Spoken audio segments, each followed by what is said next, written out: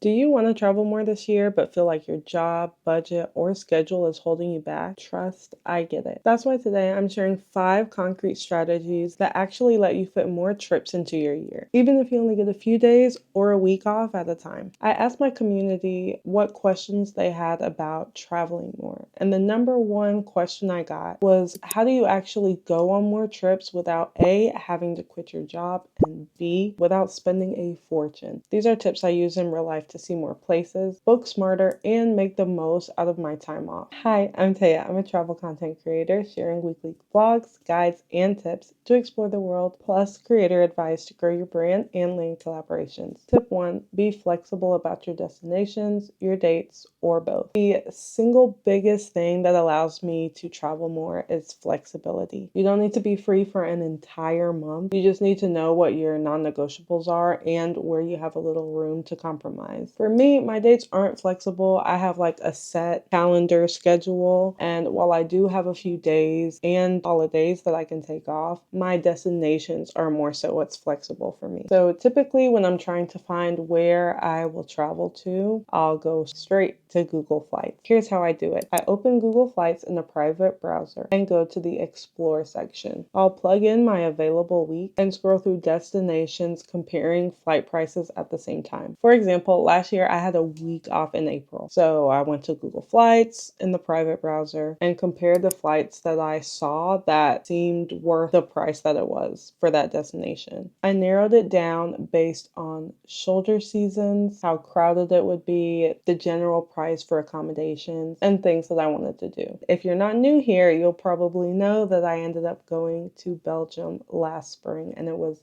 such a fun trip. Being flexible like this often gives you a lot more travel options and helps you save money. Even small shifts like flying a day earlier, flying a day later, or just going to a different destination based on that time of year can turn an impossible trip into one that you don't even want to wait to book. Now, if you have completely fixed dates and destinations and you don't really have room to be flexible, try flipping it. Maybe pick a less traditional city or country that you hadn't considered before. A lot of places will surprise you, and being open-minded definitely helps broaden your horizons and helps you be able to travel more. If you have Belgium on your travel list, definitely check out my vlogs and travel guide for Belgium after this video. Tip 2, plan as much as you can and block off your travel time. Most people honestly don't travel more because they don't plan or they don't like to plan. You can't just wait for deals to magically pop up. A lot of times you have to be proactive, which means planning your trips out in advance. And trust me,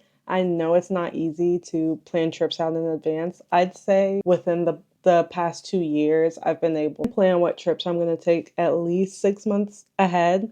But before, it used to just be like a month or 2 months in advance. So now I'm getting a little better, but I'm definitely still not at like a year in advance right now. With that being said, do what you can. You can plan your trips out by quarters. For example, from January to March, I'm going to go on these trips, or I'm going to go on this one big trip. But by doing this, you're able to easily block out your PTO in advance, plan long weekends, and plan any additional days off that you might want to take. Then you can ask yourself, what trips can I fit in between these time periods? For instance, if you're in the US and you have Memorial Day off, don't let it slip by. Intentionally plan a 3-day weekend, or take that Friday off so that you have a nice long weekend getaway. Those short trips add up, and it's definitely a way to experience other places without it having to be a big deal. Don't overcomplicate things. You can even block out tentative travel dates. You don't have to have everything concrete right now, but just making them tentative will definitely keep it on your mind and will make you more likely to go. If you're liking this video so far, don't forget to give it a like and subscribe for more travel tip videos. Tip 3,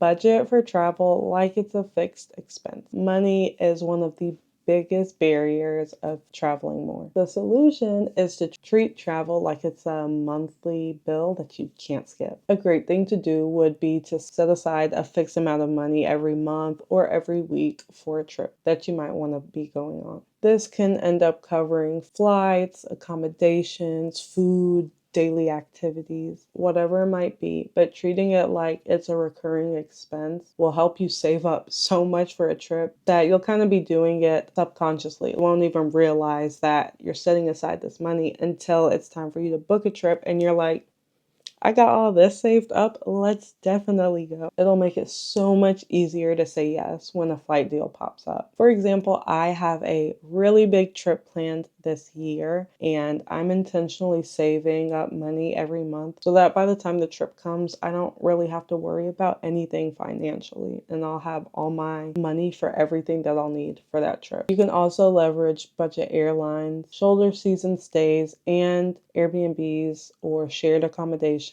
like hostels to stretch your money further. With careful budgeting, you can fit in more trips without blowing your savings. If you keep a little separate travel fund and you're just saving money, putting it to the side, when you see a deal that you know the price is going to shoot up the next day, you won't feel bad or think twice about booking that trip. Tip 4, probably my favorite tip as someone with a full-time job, take advantage of short trips and long weekends. You don't need to go on a 2-week or a month or even a 1-week trip every time you travel. Short trips are honestly where it's at, especially if you want to see more places and just experience traveling more. Even 48 to 72 hours can feel like a real trip if you plan things correctly. I've done trips like Chicago and Denver for a nice long weekend. I even did a road trip to Chattanooga for Labor Day one year, and then the next year I went to New York for Labor Day. You can even take a few days off and go to the Caribbean, like Aruba, for a few days. So the options are kind of endless. The trip is to plan around weekends, holidays, or long weekends, and pick destinations that are pretty easy to get to. This approach maximizes your trips without using a ton of PTO and keeps your travel momentum going throughout the year instead of just going to 1 or 2 big destinations. Pro tip: keep a little go-to weekend list of destinations where you can easily and realistically reach in like 2 to 3 days. That way, when an opportunity comes up or you see that holiday approaching, you can check your list, you can check Google Flights, see what the prices are, look into the shoulder seasons and things like that, and book your trip. Tip 5, leverage tools, alerts, and last-minute deals. Use technology to your advantage. Flight alerts, price tracking, and apps like Google Flights, Skyscanner, and Hopper are essential. Set alerts for the destinations or the windows that you're considering. Sometimes a last-minute